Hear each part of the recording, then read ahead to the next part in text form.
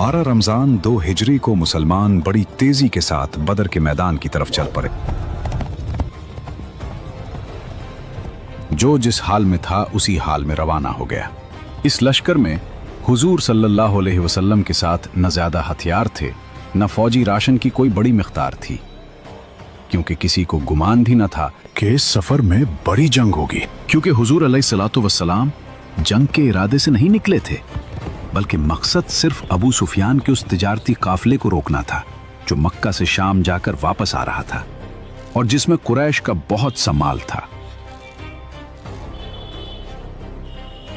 मगर जब मक्का में यह खबर फैली कि मुसलमान मुसल्लह होकर कुरैश का काफिला लूटने के लिए मदीना से चल पड़े, सुनो, खबर बहुत बड़ी है, मुसलमान हमारा काफिला लौटने के लिए मदीना से चल पड़े हैं। ये क्या कह रहे हो? तो मक्का में एक जोश फैल गया और एकदम कुफ्फार कुरैश की फौज का दिल बादल मुसलमानों पर हमला करने के लिए तैयार हो गया।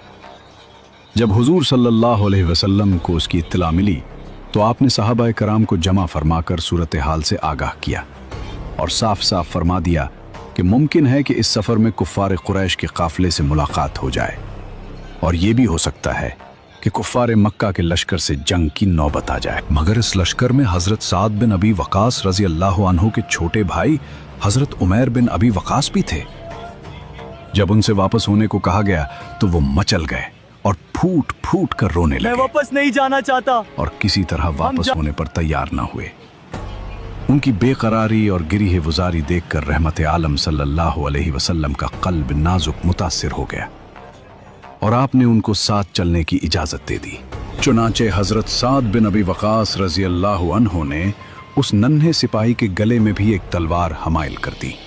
मदीने से रवाना होने के वक्त नमाजों के लिए हजरत अब्दुल्ला बिन उम्मे मकतूम रजी अल्लाह अन्हु आपने मस्जिद नबवी का इमाम मुकर्रर फरमा दिया था।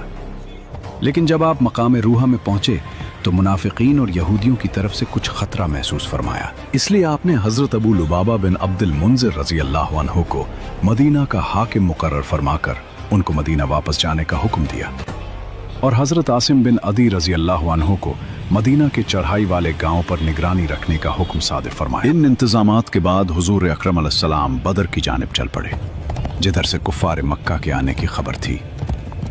अब कुल फौज की तादाद 313 थी, जिनमें 60 मुहाजिर और बाकी अंसार थे। मंजिल ब मंजिल सफर फरमाते हुए जब आप मकाम सफरा में पहुंचे तो 2 आदमियों को जासूसी के लिए रवाना किया ताकि वो काफिले का पता चलाएं कि वो किधर है और कहां तक पहुंचा है। इधर कुफ्फार कुरैश के जासूस भी अपना काम बहुत मुस्तैदी से कर रहे थे।